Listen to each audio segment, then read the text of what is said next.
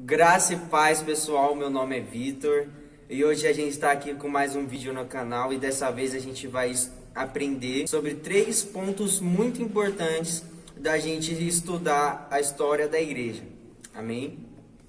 O primeiro ponto, pessoal, o primeiro ponto que é muito importante a gente estar estudando sobre a história da igreja são os 4 primeiros séculos da igreja primitiva. Desde Atos dos Apóstolos, na subida de Jesus, até onde Constantino ele absorveu a igreja junto ao Estado, né? E cessou a perseguição aos cristãos, né? É muito importante a gente estudar a história da igreja. Estou aqui com um livro aqui que é muito interessante, que eu recomendo para você. Presente aqui do meu professor, deixa eu colocar aqui, ó, História Eclesiástica da Igreja, né? Da editora CPAD. Eu estou terminando de ler ele, ainda estou na metade aqui. Mas esse livro tem me impactado bastante. Fala sobre os 400 primeiros séculos da igreja, mostra mostra diversos mártires, né? Eu considero esse livro mais um conteúdo histórico do que um conteúdo assim para edificar, assim. Eu considero mais um conteúdo histórico, né?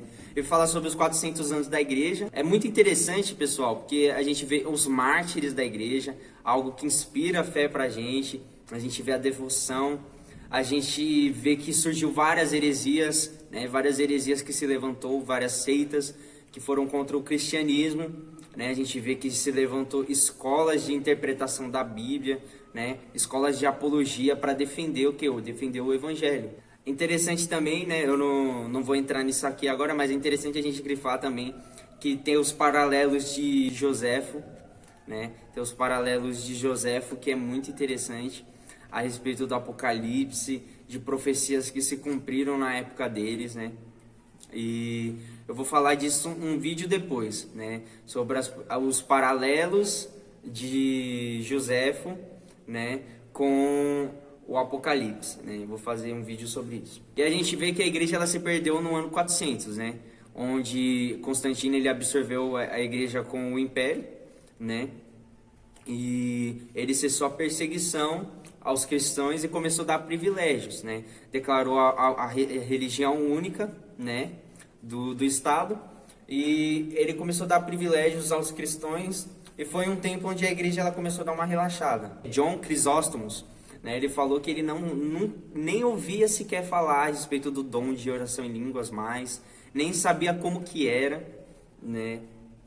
E foi cessando os dons nessa época, né? Os dons eles já não eram mais como os apóstolos, né? Como os apóstolos eram avivados, eles coravam com a sombra dele. Os dons já não funcionavam mais desse jeito, né? Já estavam um pouco adormecidos na igreja. Com a vinda da Igreja Católica, né? Com a vinda da Igreja Católica começou a surgir muitas heresias, né?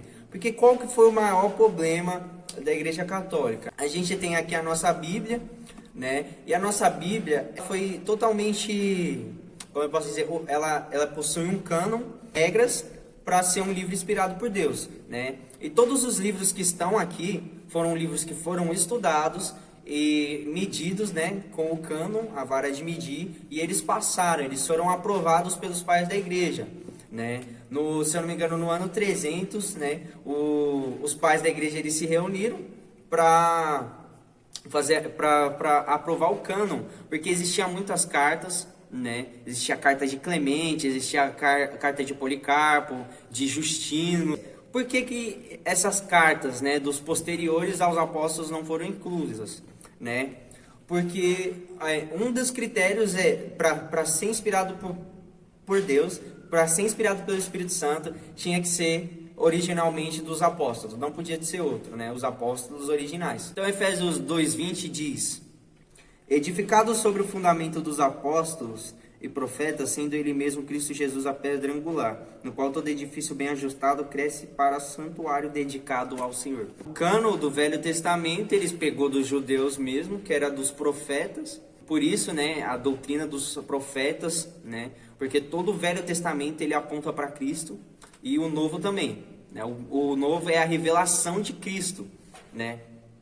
Então, por isso que tinha que ser escrito pelos apóstolos, né? A gente vê que a primeira tradução da Bíblia, né, que foi do Velho Testamento, foi para o grego formal de rua, né, o grego koinox, né, e ele foi traduzido junto com alguns livros chamados deuterocanônicos. Os próprios judeus da época, eles não acreditavam que esses livros eram inspirados por Deus, né? Só que existia algumas seitas judaicas que levavam esses livros adiante, né?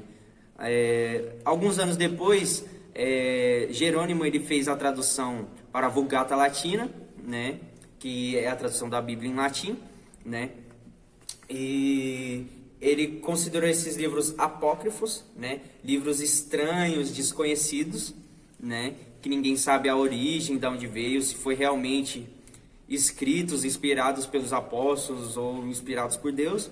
Então foram considerados apócrifos e eles foram diretamente retirados e ficou somente com o que os judeus eles acreditavam ser inspiração de Deus, né? Então essa é a formação do cânon, né? Então houve toda uma estrutura para formar o cânon, não foi algo bagunçado, né? Houve toda uma estrutura, todos se juntaram, concordaram, entraram em acordo e falaram, é esse o cânon da Bíblia, né? Pra você ter noção, existia mais de 100 livros, mais de 100 cartas, 100 epístolas que foram escolhidas, foram examinadas para entrar no cânon da Bíblia, mas só ficaram esses 77 livros. Com nenhuma autoridade, com nenhum critério, a Igreja Católica ela entrou, né, com as heresias dela, e foi onde ela começou a corromper a Igreja. Então, eu vou colocar alguns pontos aqui, né? No ano de 310, né? No ano de 310, eles aceitaram a reza pelos mortos. No ano de 320, eles aceitaram o uso de vela para os mortos. No ano de 366, eles aceitaram o culto aos santos. 394, a instituição da missa. 431, o culto à Virgem Maria. No ano 500, o uso da roupa sacerdotal, né? A gente vê um sincretismo religioso, onde eles começaram a se inspirar, pegar elementos do judaísmo e trazer para o cristianismo. E a gente vê que não é só na Igreja Católica, nos evangélicos também tem isso, pegando elementos do judaísmo, de outra religião e colocando no evangelho, né? 503 depois de Cristo, a doutrina do purgatório. A gente já vai falar um pouquinho sobre a doutrina do purgatório. 606, Bonifácio III se declara bispo universal, papa, né, o vigário de Cristo, né, Cristo na terra, literalmente Cristo na terra, que pode mandar para o inferno, pode tirar do inferno. 709, obrigatoriedade de beijar os pés do bispo universal, ou seja, do papa da Igreja Católica, né, tinha que beijar mesmo os pés. 751, doutrina do poder temporal da Igreja. 783, adoração das imagens e relíquias. 850, uso da água benta.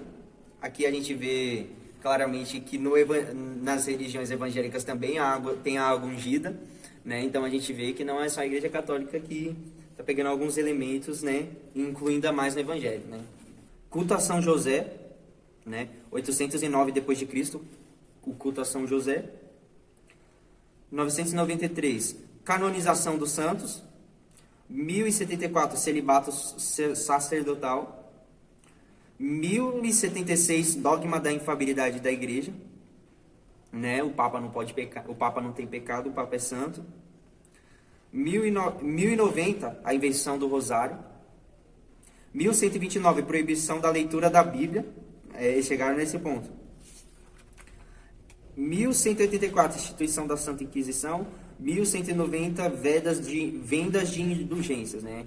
Onde ele vendia pequenos papéis, o Papa vendia pequenos papéis que liberariam o sofrimento das pessoas do purgatório, né?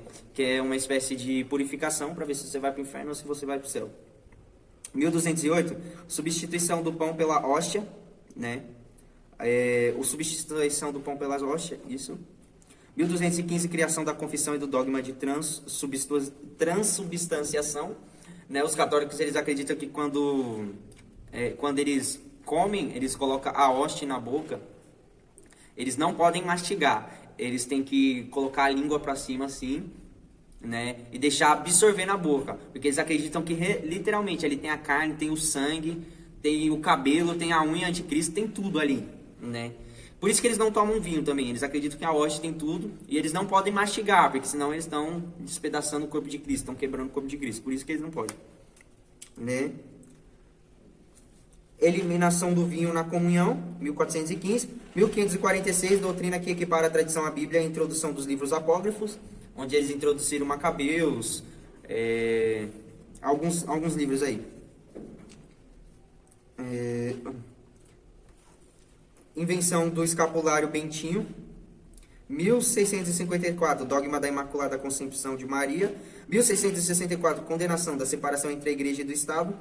1870, dogma da infabilidade papal, né? Onde o Papa ele não tem pecado, o Papa é santo, ele não peca, né? E 1908, anulação de todos os casamentos que não foram efetuados pelos sacerdotes católicos, né? Então, se você não casou na Igreja Católica, seu casamento não vale de nada. Literalmente isso que eles acreditam. Ascensão de Maria, né? 1950. Então, aí foram algumas heresias. A gente até passou, né? Que em 1517 já veio o Lutero, né? E trouxe a reforma. E é onde a gente vai entrar, né? O segundo ponto muito importante de se estudar a história da Igreja é a reforma protestante, né? Então a gente vê que existe três pessoas muito importantes que eu quero falar aqui que precederam a reforma protestante, né? E eles são John Wycliffe, John Huss, Jerônimo, né? Então, eu quero falar um pouquinho de John Huss, que eu acho muito interessante a história dele, né? Ele tentou trazer a reforma protestante antes de Lutero, 100 anos antes de Lutero, né? E ele foi morto, né? Por tentar trazer a reforma, por encontrar o Papa, né? E ele foi morto, né? E antes dele ser morto, ele falou: vocês podem matar o pato, mas daqui 100 anos virá um cisne. E o interessante é que foi uma profecia, né? Então, para pessoas que acreditam que a profecia não existe, né, ele profetizou e aconteceu. 100 anos depois veio Martin Lutero. Martin Lutero, ele fixou as 99 teses lá na porta da Igreja Católica, né? Todo mundo sabe, né? Não todo mundo, né? Mas grande parte dos cristãos sabe, né? E ali ele restaurou só a Escritura, né? A gente acabou de ver muitas heresias que a Igreja Católica ela foi acrescentando ao longo do tempo. Lutero ele queria isso, reformar a Igreja para voltar à Igreja primitiva, ao que estava na Escritura, ao que estava no canon bíblico. O intuito de Martin Lutero nunca foi sair da Igreja Católica e criar a igreja dele, né? Ele queria fazer a reforma e ele acreditava que só existia uma igreja mesmo, uma igreja universal. Só que o Papa excomungou ele recebeu várias canetadas, né, de purgatório. O Papa mandou ele umas 20 vezes pro inferno, né? E foi quando ele teve que sair. O Papa tentou matar ele, mas ele fugiu. Ele fixou as 99 teses, falando porque ele era contra as indulgências, a venda de indulgências, né? E foi quando o pessoal leu aquelas indulgências, né?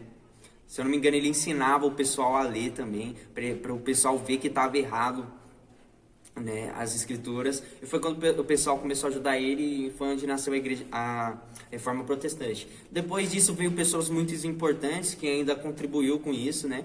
Vou citar duas pessoas muito importantes aqui que eu considero João Calvino, né? O João Calvino, que surgiu um pouquinho depois dele, né? A gente já tem vídeo no canal sobre calvinismo e arminianismo. E depois veio também Jacó Armínio, que é um outro cara muito importante. E o terceiro ponto, pessoal, que a gente precisa estudar sobre a história da igreja é o avivamento da Rua Azusa, né? Que aconteceu em 1906. Isso aí eu não esqueço, não. Esse aí é meu preferido, né? Esse é meu preferido, né? Então, a gente vê que... O que é o avivamento da Rua Azusa? Eu estou resumindo, pessoal, mas eu posso fazer um vídeo explicando cada um desses três detalhes que eu falei aqui. Então, pessoal, como que foi o avivamento da Rua Azusa, né? A Rua Azusa, né? Existia um pastor que ele ia fazer teologia lá, nos Estados Unidos, né? Na Rua Azusa, numa igreja na Rua Azusa. Só que o pastor William Seymour, ele era um pastor negro, né? E ele não podia assistir os cultos, ele não podia entrar na igreja. Então ele sentava com a cadeira, né, do lado de fora da igreja para estudar a teologia. E ele começava a pregar também, ele começava a pregar nas ruas, né? E o que acontece? foi quando ele pregava muito o batismo do Espírito Santo, porque ele cria nisso de verdade. E ele começou a batizar o pessoal, começou a batizar. E foi daí que surgiu o movimento pentecostal que a gente vê hoje, né? Isso é muito incrível, pessoal, porque a igreja, ela se perdeu durante uns 1400 anos. Ela se perdeu durante os 1400 anos e ela foi restaurada, não tem nem 100 anos, se não tem 110 anos que a igreja a primitiva, ela foi restaurada, né?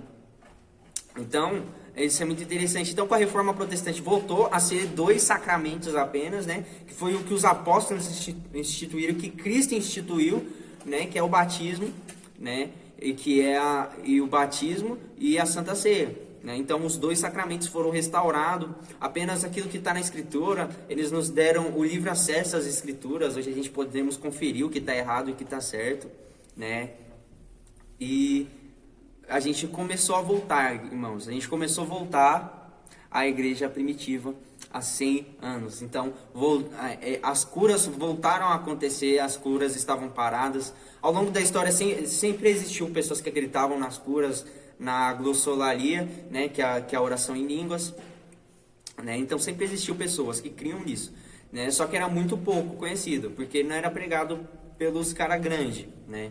Então foi restaurado e eu quero citar algumas pessoas que surgiu desse movimento pentecostal. O Smith Wigglesworth, Ezekiel William Kenyon, né? O Ezekiel William Kenyon, eu tenho todos os livros dele, meu. Eu amo esse cara. Esse cara é um grande teólogo mesmo, eu amo esse cara.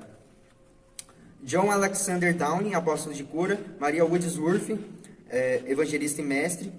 Ivan Roberts, pastor inglês. Se eu não me engano, esse Ivan Roberts é o que trouxe o avivamento de Gales, né? Se eu não me engano.